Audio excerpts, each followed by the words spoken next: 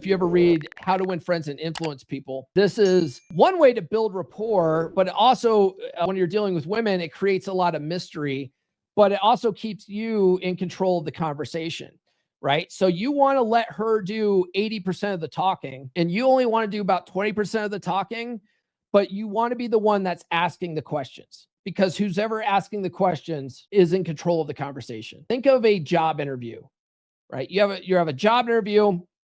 You walk in, most of the time when you're interviewing, you're qualifying yourself to the person doing to the one that's asking the questions, because they're the one that's offering the job, right? And so they're at a higher perceived social status at that point because they're the ones asking you the questions. Well, on a date, it works the same way. It's really a big job interview for the first one, right? Are you applying for a job of girlfriend? Okay, hit me. Like, what do you have to offer, right? Now, I'm not saying you ask her, what do you bring to the table? Because that's a dumbass question.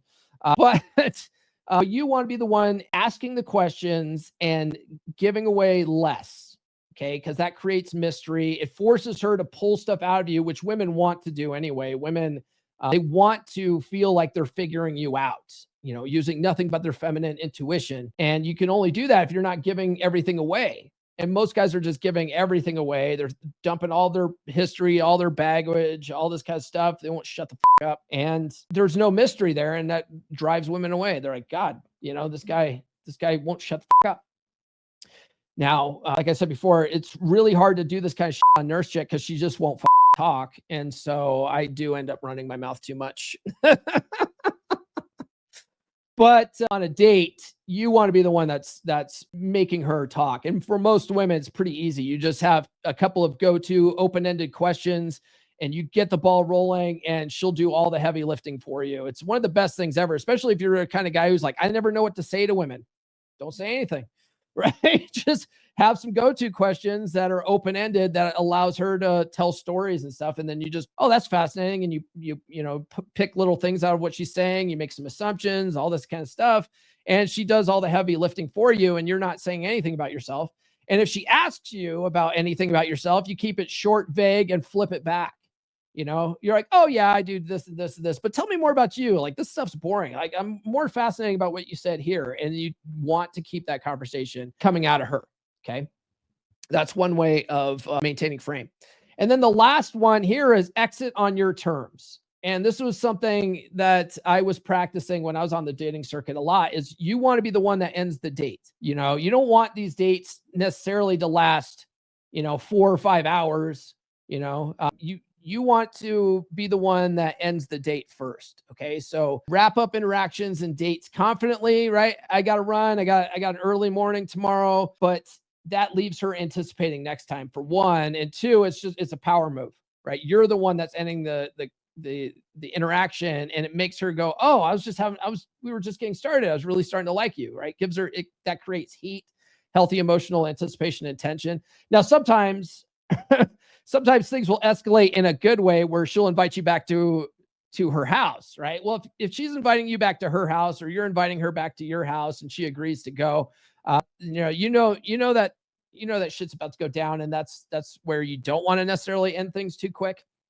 But if you like on first dates, I was never pushing for that. I was always treating it like a chemistry test. I would take her to a second venue if I liked her, for that 2 dates and one thing. And then I was escalating more on the second date. That was always my strategy. But every once in a while, I would go and walk a girl to her car and go in for a kiss. And then she was like, hey, you want to come back to my place? I'll show you my, my stuffed animal collection, or whatever my trinket collection, or my tchotchkes. I don't, whatever excuse, right? And they'd be like, oh yeah, cool. Yeah, I'll come back to your house. Why not?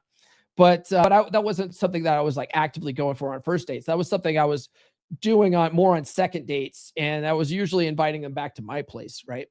But no matter what, you want to try to control that as much as possible. Be the one that ends things on your terms, right? You want to exit on your terms. All right. What do we got here? Question: isn't all of these manipulative or inauthentic?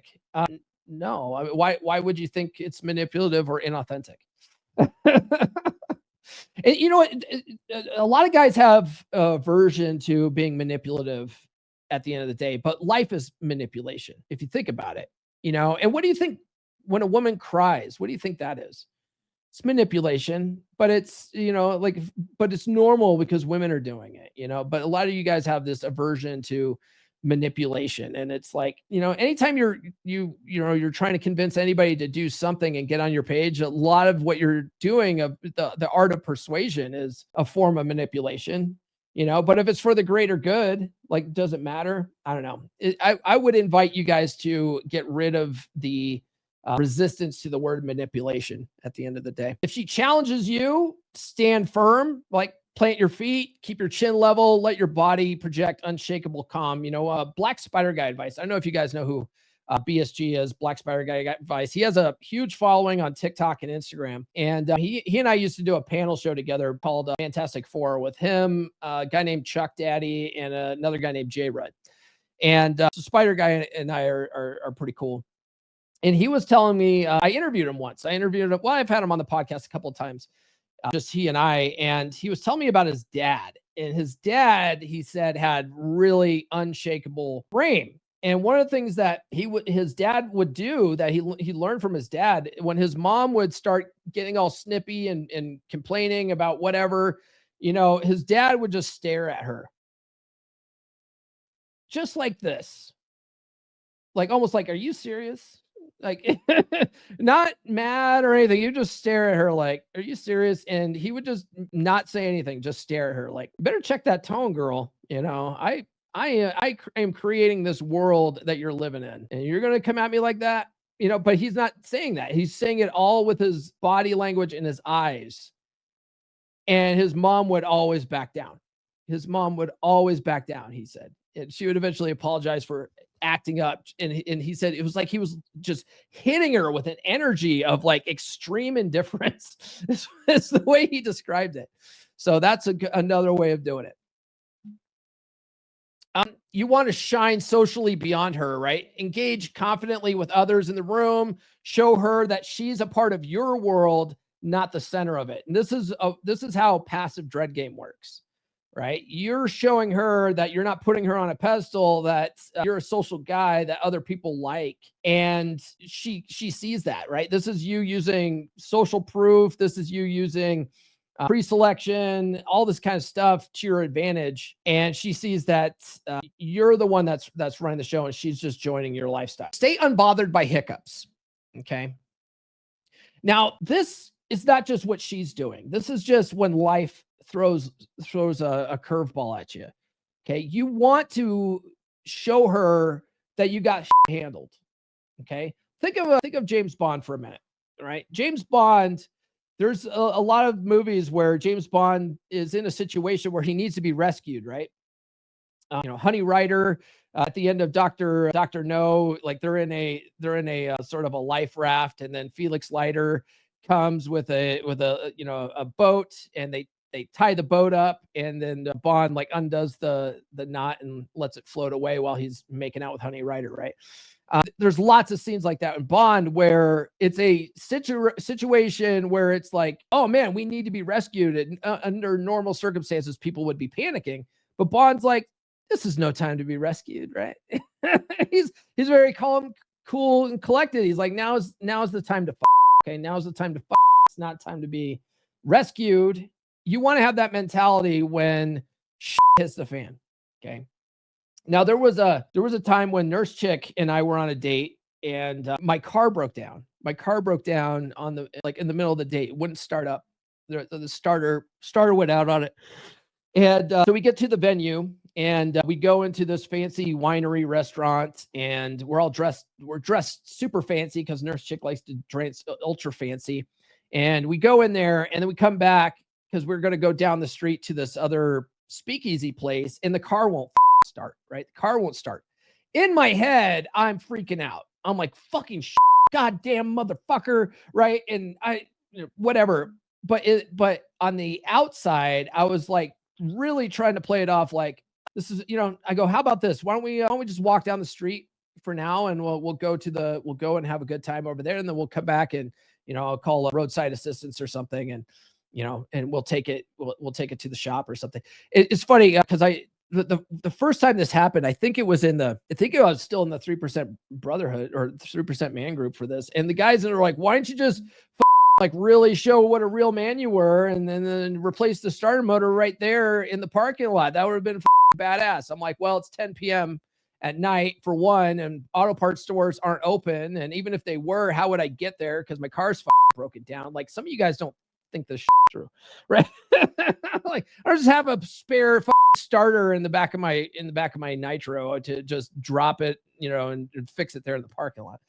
So no, you at that point need a tow truck to tow it somewhere to have it worked on. So anyway, so I try to play it off like calm, cool, collected. We walked down to the speakeasy. We went in there, we ordered a couple of drinks, and I tried to act all calm and relaxed.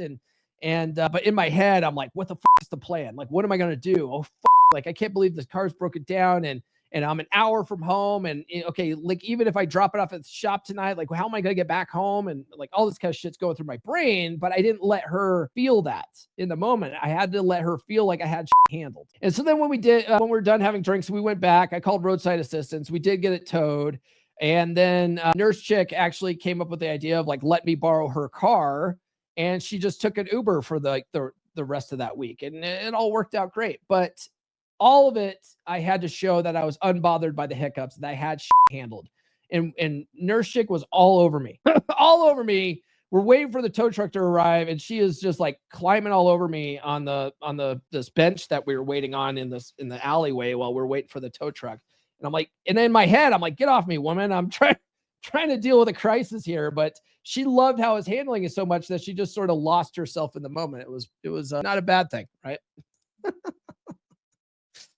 We want to anchor her emotions. That's another way to maintain frame in the moment. So let's say her emotions, she's swinging high or she's swinging low. Okay.